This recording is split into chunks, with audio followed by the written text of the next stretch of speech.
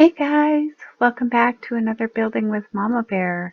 Today we are going to build this giant beautiful rose that you see behind me with the surprise in the middle of the petals. Okay, I'm sure you've guessed by the title that there's a house in there. So we'll go look at that later. Let's get into building. I used these two images as reference photos for this build as I knew I wanted a closed rosebud and stems with leaves on the builds.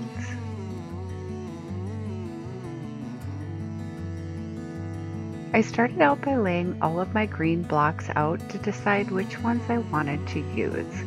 I ended up going with the green concrete powder, green concrete, green terracotta, and green wool.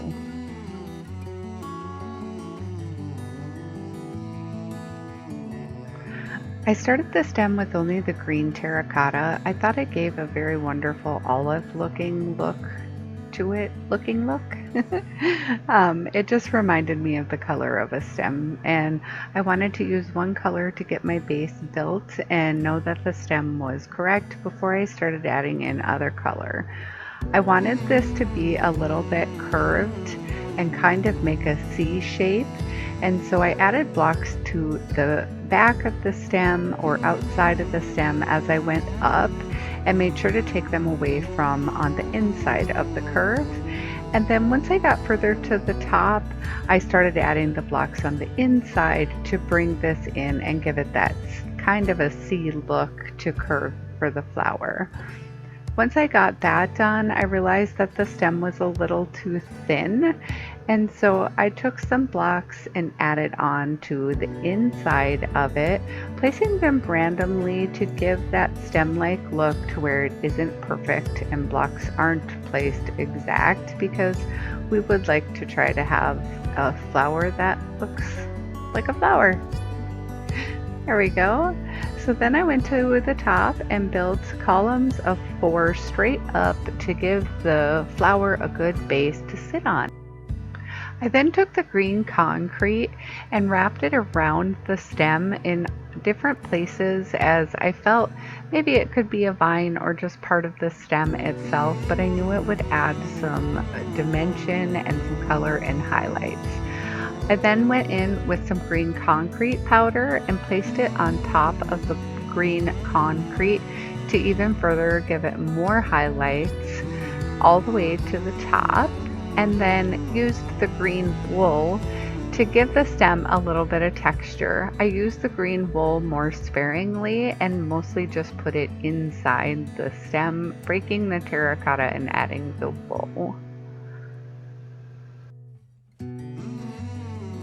Once I finished with that, I used the green concrete to bring out just a few thin stems around the big stem so that I could add some leaves onto it.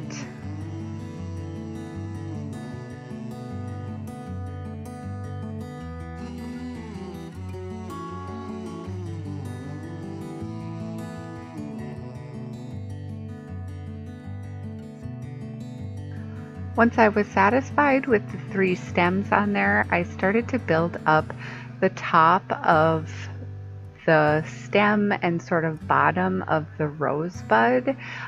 Generally there is the green that you see around that opens up for a rosebud. So I went up and made that. And then on the outside around the edge of it and 1 block up, I placed a perimeter of the green concrete. Here I've started building out those small little green flaps that I'm not even sure what they're called, but they open up to allow the rosebud to open up and they sort of hang a little bit. And I'm doing 4 on this. I felt like it was just the easiest way to do it. I didn't want to keep it too uniform, so I did different sizes and different thicknesses for them and brought out different levels. And then after I was finished with that, I wanted it to be just a tad bit droopy, so I brought down 1 or 2 blocks on each of them.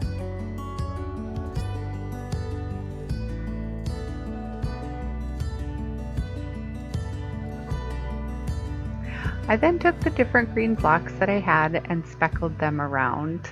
to give the flower just a little bit of texture and dimension by adding the different blocks of green that have the different textures.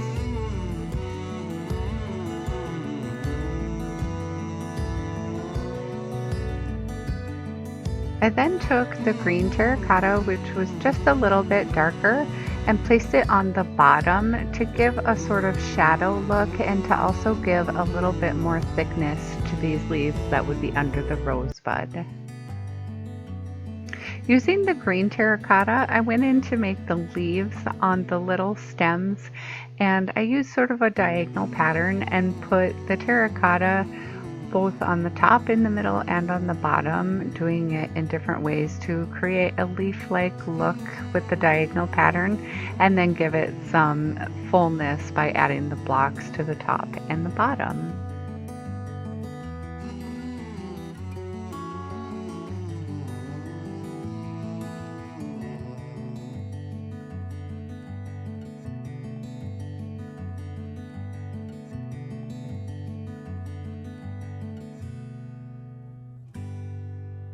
For the red petals, I decided to use a red netherwort block, red concrete, red wool, and red stained glass.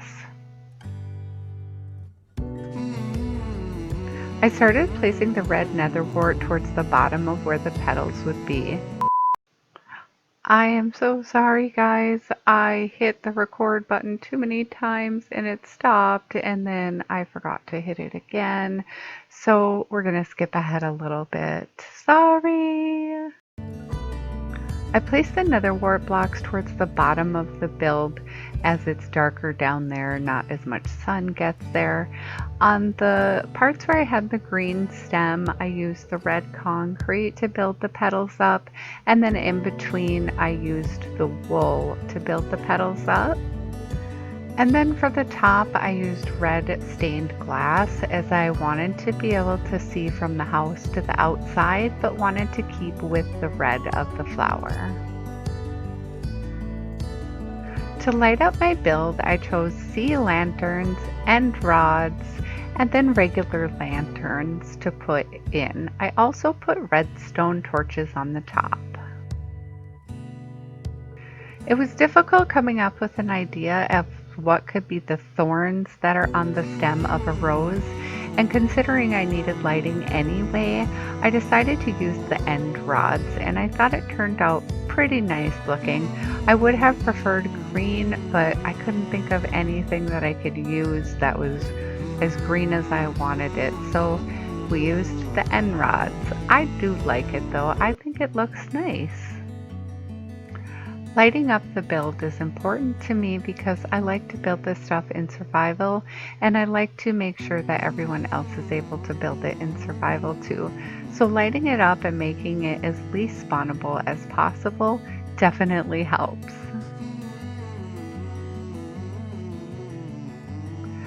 I decided that sea lanterns at the bottom of each one of the green leafy stems that come off the rosebud would be perfect.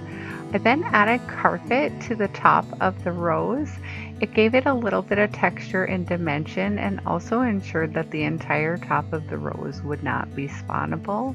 There are a few glass blocks that are open, but I add redstone torches to almost all of them. So between the light level and the carpet, there really shouldn't be a chance for something to spawn on top of the rose. I thought the redstone torches just gave it the right amount of light up top to be super pretty and stick with the red theme of the rose.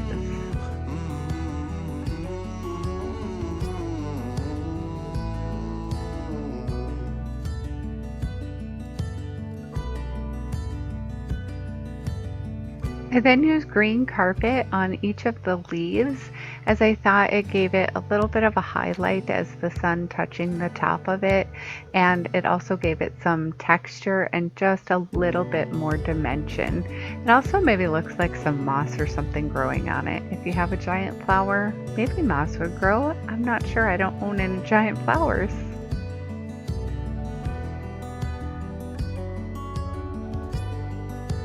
I used some lime green carpet for the stems that came out of the big stem, It gave it a little more highlight, a little more color, a little more texture, and I thought it just added to the build nicely. I then used the lime green on the top leaves that are right under the petals as well. I added one sea lantern to the bottom of each leaf. I didn't want to take away from the leaf, but I wanted to light it up enough. Okay, so I'm going to leave it up to you guys how you figure out getting into this build. You could use scaffolding, you could use vines, ladders, make your stem have stairs. However it is you would like is how you can get into your house. As you can see, I did a lot of work inside the petals of the rose. So we have here our brewing stand with an infinite source of water.